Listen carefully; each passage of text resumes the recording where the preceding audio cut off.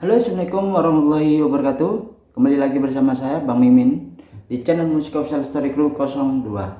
Dan jangan lupa subscribe juga channel Bang Mimin, channel baru Bang Mimin, yakni Bang Mimin channel. Yuk bantu subscribe dong. Masa nggak mau subscribe juga ya kan? Kali ini Mimin akan membawakan novel The Story of Ye-Chen bab 4211 hingga bab 4214, yakni 4 bab ya. Daripada nganggur dan bosan nggak ada aktivitas, mending Mimin bikin video ya. Kali ini Mimin membawakan novel ya, The Story of Ye-Chen lagi, apalagi kalau enggak The Story of Ye-Chen ya. Dimana Wang Paozhong bab terakhir kemarin tadi malam, Wang Paozhong itu sudah bisa menyergap dan Ye-Chen bisa menembak kapal pesiar tersebut. Tanpa panjang lebar langsung saja ke ceritanya. Oke. Bab 4211. Untuk Wang Paozhong dan para prajurit Istana Wanlong, satu-satunya hal yang menghalangi mereka sebelumnya adalah bahwa kecepatan kapal pesiar pihak lain jauh melebihi kecepatan kapal barang yang ditumpangi oleh Ye-Chen. Alhasil, bahkan jika mereka semua adalah ahli seni bela diri, tidak ada kemungkinan pertempuran jarak dekat, jadi mereka hanya bisa melihat satu sama lain melarikan diri. Tapi sekarang kapal pesiar pihak lain telah kehilangan kekuatan dan kelompok orang ini telah dibantai habis. Setelah Wang Paozhong berhasil memimpin, dia segera menggunakan walkie-talkie untuk menginstruksikan. Kemudian tenaga kuda penuh, pukul buritan kapal pesiar pada sudut 90 derajat dan yang lainnya siap berperang. Kapal barang itu segera menyesuaikan arahnya dan menabrak langsung ke bagian kapal pesiar tersebut. Orang-orang di kapal pesiar juga melihat maksud kapal dan langsung ketakutan. Pada saat ini kapal pesiar telah kehilangan kekuatannya dan hanya bisa dibantai oleh pihak lain. Pemimpin tim tiba-tiba berteriak, "Cepat, cepat, semua orang siap untuk mencegah tabrakan terjadi." Beberapa tentara ingin mengangkat senjata mereka untuk menembak ketika kapal barang bertabrakan. Pada saat ini telah mendengar peringatan pemimpin tim, mereka dengan cepat meraih pagar kedua sisi penggeladak dengan kedua tangan mereka. Cara pihak lain memukul buritan dengan sudut 90 derajat, Anda tidak perlu memikirkannya. Anda pasti akan menabrak kapal pesiar dan membuangnya jauh ke laut. Beberapa saat kemudian kapal barang itu menabrak ekor kapal pesiar yang masih menyala. Langsung membuat ekor kapal pesiar itu menjadi setengah lingkaran di laut. Kekuatan besar dan inersia ini langsung melemparkan lebih dari selusin orang di geladak ke lautan. Di bawah perlindungan banyak orang tua muda nyaris tidak selamat dari buritan, tetapi seluruh orang juga terlempar ke dalam kekacauan, tidak bisa berdiri. Abika yang masih banyak berpikir untuk melepaskan Skoci baru saja mengangkat Skoci dari geladak, tetapi dipukul begitu tiba-tiba dan Skoci di sebelah kanan terlempar langsung ke lautan. Tetapi karena kabel baja masih tergantung pada lambung speedboat, terlempar kemana-mana, keluar dan menabrak sisi kapal-kapal pesiar tersebut. Jadi intinya kacau lah ya di sana. Skoci di sebelah kiri terlempar langsung ke geladak dan lambungnya pecah dalam sekejap. Kali ini kedua Skoci benar-benarlah dibuang. Orang-orang tidak memiliki kesempatan untuk melarikan diri dan pada saat tabrakan baru saja berakhir, Wang Paozhong memberi perintah dan 10 perwira dan tentara Istana Wanlong lompat dari kapal barang ke dek kapal pesiar dengan senjata dan diikuti dengan tembakan keras. Para prajurit balet Wanlong semuanya adalah ahli seni bela diri dan telah menjalani pelatihan militer yang ketat dalam guncangan keras kapal. Tubuh mereka sekuat lonceng di geladak dan senjata mereka hampir tidak terpengaruh. Akibatnya semua pengawal pihak lain yang memegang senjata api semuanya ditembak di kepala oleh peluru dalam beberapa detik saja. Dan pemimpin tim itu hanya mengarahkan moncongnya ke Wang Paozhong. Detik berikutnya Wang Paozhong telah membunuh dengan kecepatan yang sangat cepat dan mencekik lehernya. Pemimpin kelompok itu ketakutan dan berkata dengan susah payahnya, Kamu adalah master seni bela diri bukan?" Wang Paozhong mengangguk dan berkata sambil tersenyum sinisnya juga, "Kamu tidak terlalu buruk, sepertinya kamu akan menerobos untuk menjadi prajurit bintang 3. Pemimpin tim terkejut buru-buru berkata, "Senior, Anda sangatlah kuat. Mengapa Anda ingin melayani grup Italia yang tidak ada urusan arus utama itu?" Wang Paozhong tersenyum dan berkata, "Siapa yang memberitahumu bahwa saya melayani kelompok Italia? Bos saya jauh lebih unggul dari saya. Kelompok Italia hanyalah umpan meriam." Dengan mengatakan itu, Wang Paojuan menatapnya dengan penuh minat dan bertanya, "Ini kamu, karena kamu adalah seorang seniman bela diri, mengapa kamu ingin membantu para tirannya di sekitar orang-orang sampah yang menjual orang itu?" Ketika pemimpin tim mendengar ini, dia segera menurunkan kelopak matanya karena malu. Sebagai penanggung jawab kapal ini, dia benar-benar jarang berpartisipasi dalam hal-hal yang tidak masuk akal pada hari kerja. Awalnya dia berpikir bahwa pemiliknya memiliki latar belakang dan dukungan dan tidak perlu khawatir, tetapi dia tidak pernah berpikir bahwa pembalasan akan benar-benar terjadi malam ini. Dan dia mengatakan datang dan datang. Wang Paojuan menatapnya dengan dinginnya, dan kemudian tiba-tiba meninju datinya dalam sekejap. Kekuatan internal yang kuat mengguncang datinya hingga hancur. Dan semua basis kultivasinya langsung menghilang menjadi abu dan menjadi orang yang tidak berguna. Dia berlutut di tanah dan kesakitan. Wang Paojuan melemparkannya ke tempat di belakangnya dan berkata kepada orang anggota Istana Walong di belakangnya, "Bawa dia ke perahu kecil. Kecuali dia dan anak muda, di depan sisanya bunuh semuanya." Begitu kata-kata ini keluar, beberapa prajurit Istana Walong segera bergegas ke tepi pagar dan mengangkat senjata mereka untuk menembak mereka dan melompat ke laut dan terlempar ke laut. Dan Wang Paojuan secara pribadi melakukan bunuh diri kepada pemuda bernama Ye Chen yang ingin tetap hidup. Jadi dia datang ke orang yang dimaksud Ye Chen yang agar dia tetap hidup untuk diinterogasi ya, gitu ya. Prajurit lain dari Istana Walong membidik rombongan di samping pemuda itu, menembak satu persatu dengan tepatnya. Di sekitar pemuda itu darah berceceran di mana-mana. Melihat rombongan itu ditembak di kepala oleh peluru dan jatuh ke tanah, pemuda itu gemetar ketakutan. Pada saat ini Wang Paojuan telah datang kepadanya. Pria muda itu memandang Wang Paojuan dengan putus asa dan berkata, Saya adalah tuan muda ketiga dari keluarga Kiao di Amerika Serikat. Jika Anda berani membunuh saya, keluarga Kiao tidak akan pernah membiarkan Anda pergi dengan hidup-hidup." Wang Paojuan tersenyum dan berkata, "Sekarang ini populer yang dilaporkan diri sendiri kan? Nah, perkenalkan nama saya Wang Paojuan dari Istana Walong." Ketika pemuda itu mendengar kata Istana Walong dan Wang Paojuan, seluruh wajahnya seperti disambar petir. Wajahnya penuh kengeriannya.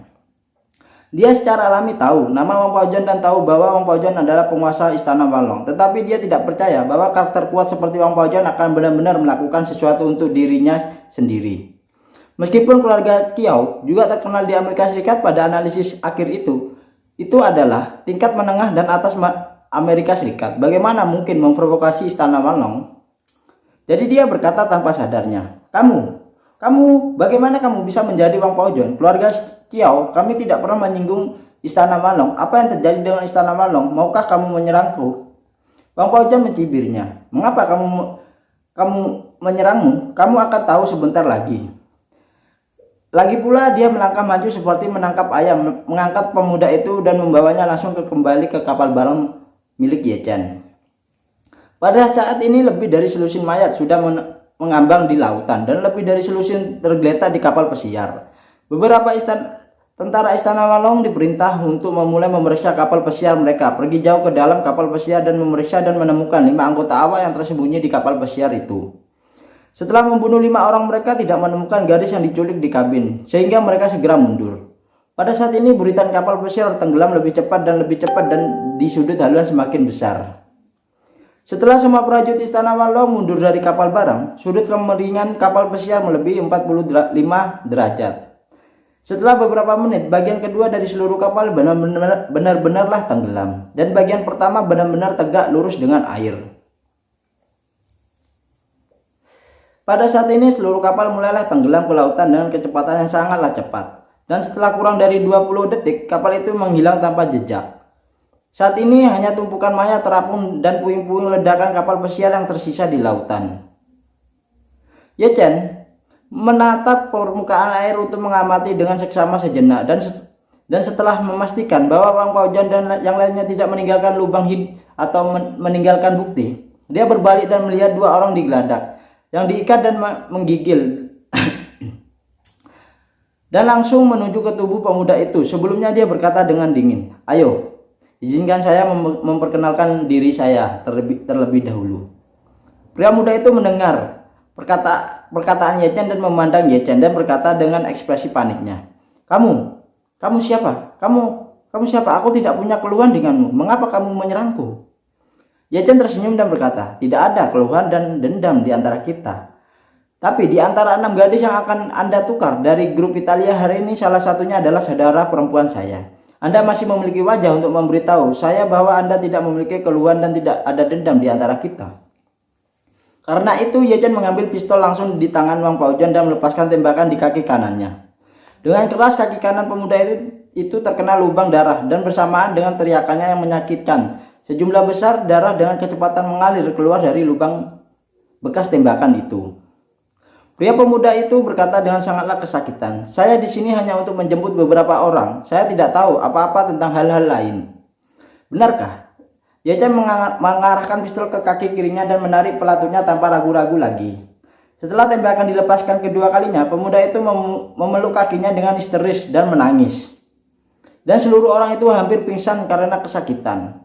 Ye Chen berkata dengan dingin saat ini, "Apapun yang tidak ingin saya dengar, saya akan membuat lubang di antara kaki Anda." Pihak lain ketakutan dan menangis gemetar dan memohon, Jangan lakukan, jangan. Saya akan mengatakan semuanya dengan jujur." Ye Chen berkata dengan dingin, "Pertama-tama, izinkan saya memperkenalkan diri saya. Siapa nama saya, siapa dan dari mana asal saya." Pihak lain menangis dan berkata, Nama saya Qiao Feiyu, tuan muda ketiga dari keluarga Zhou di Sitli." Keluarga Qiu. Ye Chen mengurutkan kening dan bertanya pada Wang Paozhen, apakah kamu kenal dengan keluarga Qiao?" Wang Paozhen merenung sejenak dan berkata, "Sepertinya ada sedikit kesan. Keluarga Cina pada awalnya tidak terlalu kuat dan total aset diperkirakan 20 hingga 30 miliar dolar Amerika Serikat. Namun, perkembangannya telah sangatlah cepat dalam beberapa tahun terakhir dan total aset diperkirakan cepat hampir 100 miliar dolar dan pemilik pengaruh tertentu di pantai barat." Ye Chen mengangguk dan memandang Qiao Feiyu dan berkata dengan dinginnya, "Karena keluarga kamu memiliki aset ratusan miliar, mengapa kamu masih melakukan hal yang menyakitkan ini? Apakah itu untuk kegembiraan sesaat?"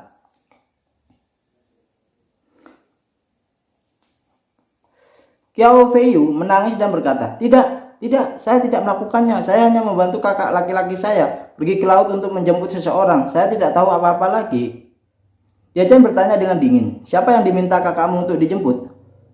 Qiao Feiyu tidak berani membunyikan dan mengatakan dan berkata dengan cepat, "Dalam materi yang disampaikan oleh kelompok Italia kali ini adalah seorang gadis yang bernama Li Xiaofen. Kakak laki-laki saya meminta saya untuk membawanya ke New York." Ye Chen telah mendengar ini dari anggota kelompok Italia sebelumnya bahwa pihak lain akan mengirim kapal pesiar untuk menjemput orang dan kemungkinan besar bahwa seorang pria besar dengan latar belakang jatuh cinta dengan seseorang gadis tertentu dalam transaksi ini. Sekarang setelah Qiao Feiyu menyebut nama Li Xiaofen, dia mengira kakak tertuanya yang berpikir buruk tentang Li Xiaofen. Jadi dia segera menodongkan pistol ke dahi Qiao Feiyu dan bertanya, "Bukankah keluarga Qiao Anda di Sitli? Mengapa kakak laki-laki Anda meminta Anda untuk mengirim Li Xiaofen ke New York?" Sitli ke New York mencakup seluruh Amerika Serikat. Di setidaknya 4.000 km. Apakah kamu tidak ingin jauh? Qiao Feiyu buru-buru berkata. Dia mengatakan bahwa seorang pria besar di New York jatuh cinta dengan Li Xiaofen dan di pihak lain ingin kakak laki-laki saya mengirimnya sesegera mungkin. Jadi kakak laki-laki saya meminta saya untuk datang dan untuk mengambil barang itu. Dan dia juga meminta saya untuk bertanggung jawab atas pemeriksaan tersebut. Inspeksi, Ye Chen menampar wajah Qiao Feiyu dengan tamparan, langsung mencabut 7 dan 8 giginya dan bertanya dengan tajamnya, "Apakah kamu masih bertanggung jawab atas infeksi ini? Apakah kamu bosan hidup?" Qiao Feiyu buru-buru menangis dan menjelaskan, "Ini tidak seperti yang Anda pikirkan. Kakak tertua saya meminta saya untuk memeriksa barang pada kenyataannya, untuk melihat dengan matanya sendiri. Penampilan asli Li Xiaofen, apakah itu sama dengan foto? Jika kamu yakin penampilannya sebenarnya tidak sama dengan foto, jika ada perbedaan, hubungi dia segera dan dia akan mengirim pesawat amfibi dan membawa Li Xiaofen itu langsung ke New York." Setelah berbicara, dia tersedak dengan keluhan dan berkata, "Saya tidak akan pernah berani main-main dengan gadis-gadis yang umumnya disukai oleh orang-orang besar." Ye Chen awalnya berpikir bahwa kakak laki-laki tertua Qiao Feiyu seharusnya adalah pria besar yang menyukai Li Shoufen. Tetapi yang tidak dia duga adalah bahwa pria besar itu adalah orang lain. Jadi dia segera bertanya, siapa pria besar yang dibicarakan kakakmu itu? Qiao Feiyu dengan cepat menjelaskan, saya benar-benar tidak tahu. Saya hanya tahu bahwa orang itu adalah VIP teratas saudara laki-laki saya. Dan semua identitas VIP teratas hanya diketahui oleh saudara laki-laki saya. Ye Chen berbalik untuk melihat pemimpin tim dan berkata dengan dingin, aku bertanya padamu, apakah yang dia katakan itu benar? Pemimpin tim itu mengangguk lagi dan berkata, apa yang dikatakan tuan muda ketiga adalah kebenaran, tuan. Hanya tuan muda tertua yang tahu tentang informasi VIP teratas itu. Ye Chen mengerutkan kening dan bertanya pada Qiao Feiyu, keluarga Qiao, Anda juga keluarga ratusan miliar dolar. Mengapa Anda melakukan tindakan sembrono seperti itu? Ini Qiao Feiyu tiba-tiba menjadi ragu. Lihat dia ragu untuk waktu yang lama. Tanpa berbicara, Ye Chen menginjak luka di kaki kanannya dan berkata dengan tajam, bicara atau saya tembak lagi. Qiao Feiyu mengertakkan gigi karena kesakitan dan buru-buru berkata, aku bilang. Setelah itu dia gemetar. Kakak tertua saya, dia sudah lama ingin memenangkan lingkaran teratas di Eropa dan Amerika sebanyak mungkin. Jadi dia membentuk rantai pasokan khusus. Ye Chen mengulurkan kening dan bertanya, rantai pasokan macam apa itu? Pasokan apa? Wanita. Qiao Feiyu buru-buru berkata, ini bukan hanya wanita. Rantai pasokan ini khususnya menyediakan semua jenis barang teduh untuk mereka yang berada di lingkaran atas. Layanan tidak peduli apa mereka mau, apa yang ingin mereka coba, saudaraku akan menemukan cara untuk membantu mereka mencapai dan memuaskan hati mereka. Seiringan waktu, banyak orang yang sangat mempercayai kakak laki-laki tertua saya, dan mereka akan menyediakan beberapa sumber daya dan menguntungkan di banyak bidang. Kadang-kadang mereka melakukan proyek besar, dan mereka juga akan membantu kakak laki-laki saya sehingga keluarga kami memiliki kesempatan untuk berkembang pesat dalam beberapa tahun terakhir. Ye Chen langsung marah dan berkata dengan dingin, dia tidak hanya memanjat dengan menculik wanita, tetapi dia juga memukul saudara perempuan. Ye Chen, saya, keluarga Qiao, benar, saya menuliskannya. Setelah itu dia bertanya lagi, saya bertanya kepada Anda, berapa banyak gadis tak berdosa yang telah dibunuh saudara Anda selama bertahun-tahun? Melihat aura pembunuh Ye Chen, Qiao Feiyu gemetar ketakutan dan berkata dengan suara gemetar, tidak banyak. Ye Chen mendengus dingin mengangkat pistolnya dan menembakkannya di antara kedua kakinya tanpa ragu-ragu. Selangkangan Qiao Feiyu langsung kabur dengan darah. Dia menutupi lukanya dengan kesakitan dan berguling-guling di tanah dan berteriak putus asa. Dan keringat dingin sudah mengucur lapis demi lapis di permukaan tubuhnya. Ye Chen menginjak Qiao Feiyu dengan tidak bisa berhenti berguling-guling dan berkata dengan dingin, aku akan memberimu satu kesempatan terakhir. Jika kamu tidak mengatakan yang sebenarnya, aku akan membiarkan seseorang membunuhmu. Qiao Feiyu menangis dan kemudian hampir pingsan dan berteriak, berapa banyak? Saya tidak tahu.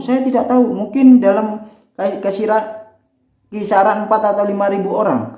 Saya telah mengatakan semua dan yang saya tahu. Tolong kasihani saya. 4 atau 5.000? Ye Chen menggertakkan giginya memandang Wang Paojuan dan berkata dengan tajam, Paojuan, aku akan memberimu 2 tugas lagi. Wang Paojuan segera berdiri tegak dan berkata dengan hormat, Tuan Ye, silakan berikan tugas kepada saya. Saya akan menyelesaikan untuk Anda. Ye Chen berkata dengan dingin, kamu pertama-tama mengirim seseorang untuk menyelidiki semua geng di Vancouver. Selama geng manapun terlibat dalam penculikan gadis dan perdagangan orang, mereka akan membunuh semua 5 eksekutif teratas geng mereka. Dahi dan beri aku pisau, ukir 8 karakter besar, kehilangan hati nurani, dan mati untuk sisanya. Wang Paojuan berkata tanpa ragu-ragu, Tuan Ye, yakinlah bawahan Anda pasti akan menyelesaikan tugas dari Anda. Ye Chen berkata lagi, tugas kedua, Anda mengirim seseorang ke Amerika Serikat untuk menyelidiki semua hal kotor keluarga Qiao ini. Wang Paojuan buru-buru bertanya, Tuan Ye, apakah Anda ingin bawahan Anda membunuh semua orang yang bertanggung jawab atas keluarga Qiao? Ye Chen melambaikan tangannya dan berkata dengan ringannya, simpan untukku, jangan bunuh mereka.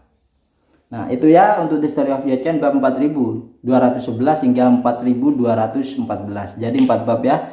Jadi semoga kalian puas dengan layanan saya. Jadi jangan lupa di like, di komen, dan di subscribe ya. Dan jangan lupa, jangan di skip ya. Ya nggak apa-apa kalau nggak mau dilihat mukanya ya, bisa didengarkan. Mudah-mudahan kedepannya Mimin bisa lebih baik dan lebih baik lagi. Jadi intinya di sini ya, itu Yecen menyuruh Wang Paujon diberi 2 tugas, yakni untuk mencari pentolan-pentolan geng di Vancouver, dan pentolannya itu nanti di dahinya ditulisi tidak memiliki hati nurani, dan anak buahnya disuruh dibunuh oleh Wang Paujon. Yakni tugas dari Yecen yang pertama. Yang kedua, yakni Wang Paujon menyuruh anak buahnya untuk menyelidiki dari keluarga Kiau ini, latar belakangnya gimana, nanti akan lebih seru ini. Nah, jadi lebih serunya gini, daripada selalu membahas pil